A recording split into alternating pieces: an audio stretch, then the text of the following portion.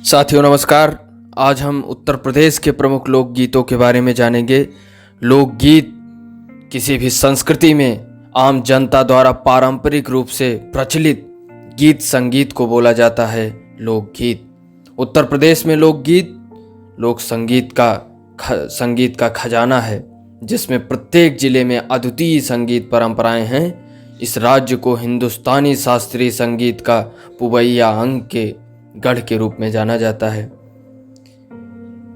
लोकगीत संगीत किसी भी संस्कृति में आम जनता द्वारा पारंपरिक रूप से प्रचलित गीत संगीत है और ये सामान्य रूप से गांव के गिराव में खुद में प्रचलित अज्ञात संगीतकारों या फिर अज्ञात रचनाकारों द्वारा लोगों द्वारा रचित किया हुआ रचना होता है और सामान्य रूप से शास्त्रीय संगीत के विपरीत यह स्वतः उत्पन्न होता है।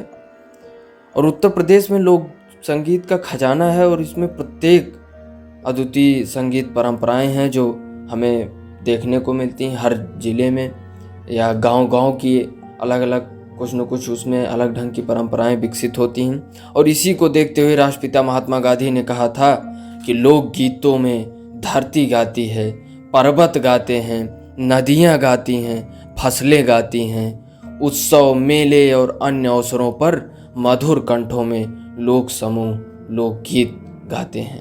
तो ये लोकगीत के बारे में उनका कथन है।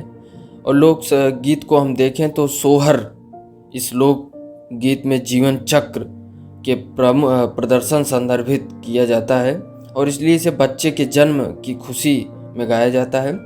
कहरवा यह विवाह समारोह के समय कहर, जो कहार जाति होती है, उसके द्वारा गाया जाता है। चानायनी ये एक प्रकार का नृत्य संगीत है जिसको नृत्य के समय गाया जाता है।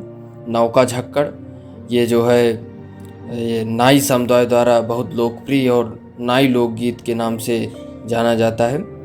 और बंजारा और इंजावा यह लोक संगीत रात के दौरान तेली समुदाय द्वारा गाया जाता है। कजली या कजरी यह महिलाओं द्वारा सावन के महीने में गाया जाता है। यह अर्धशास्त्रीय गायन के रूप में भी विकसित हुआ है और इसकी गायन शैली बनारस घराने से मिलती है। जरेवा और सदा वजरा सारंगा इस तरह के लोकगीत संगीत लोक पत्थरों के लिए गाया जाता था, यानी पत्थर के लिए गाया जाता था। और इन लोक गीतों के अलावा गजल और ठुमरी, जिसको हम अर्धशास्त्रीय संगीत के रूप में जानते हैं, जो शाही दरबार में बहुत प्रचलित था, अवध क्षेत्र में काफ़ी लोकप्रिय रहा। और जैसे कव्वाली सूफी स्वर या कविता का एक रूप है जो भजनों में विकसित हुआ और मंगोलिया में ये भी विकसित हुआ। उनमें से ये सब उत्तर प्रदेश के एक लोक संगीत का मजबूत प्रभाव दर्शाते हैं।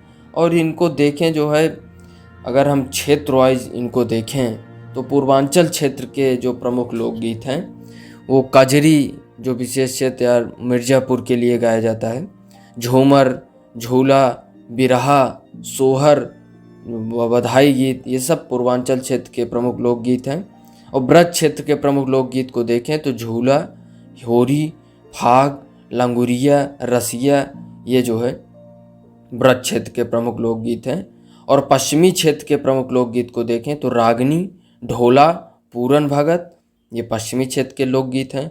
अवध क्षेत्र के प्रमुख लोकगीत को देखें तो सोहर है, कव्वाली, नकटा और संस्कार गीत को अवध क्षेत्र का प्रमुख लोकगीत माना गया है।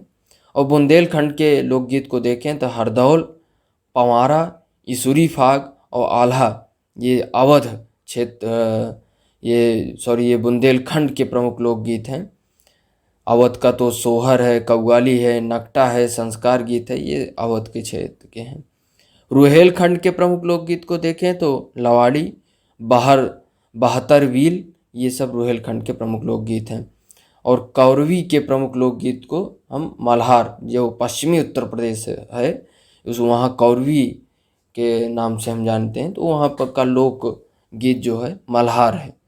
तो ये हमारे उत्तर प्रदेश के प्रमुख लोकगीत हैं जिनके माध्यम से हम अपनी परंपराओं को जानते हैं, अपनी सांस्कृतिक विरासत को जानते हैं।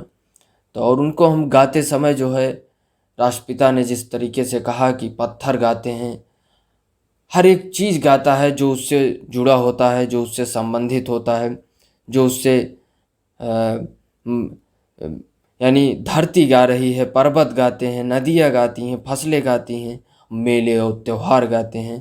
तो ये परंपरा को प्रदर्शित करती है। आगे भी हम उत्तर प्रदेश से जुड़ी हुई कुछ बातों को जानने का प्रयास करेंगे। धन्यवाद। जय हिंद।